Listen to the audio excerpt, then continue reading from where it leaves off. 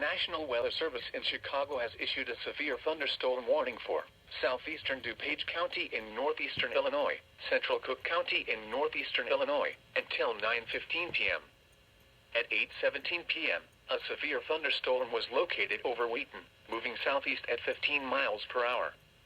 Hazard, quarter-size hail. Source, radar indicated. Impact, damage to vehicles is expected. Locations impacted include Chicago, Cicero, Oak Lawn, Berwyn, Downers Grove, Lombard, Westmont, Brookfield, Hinsdale, Westchester, Lamont, LaGrange, Justice, Summit, Worth, Lyons, Burr Ridge, Riverside, Oakbrook, and Stickney.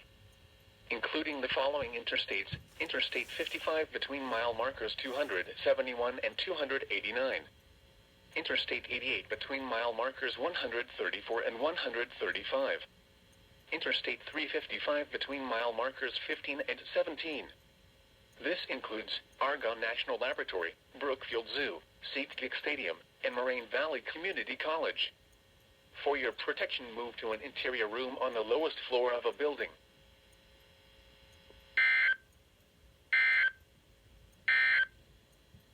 This is no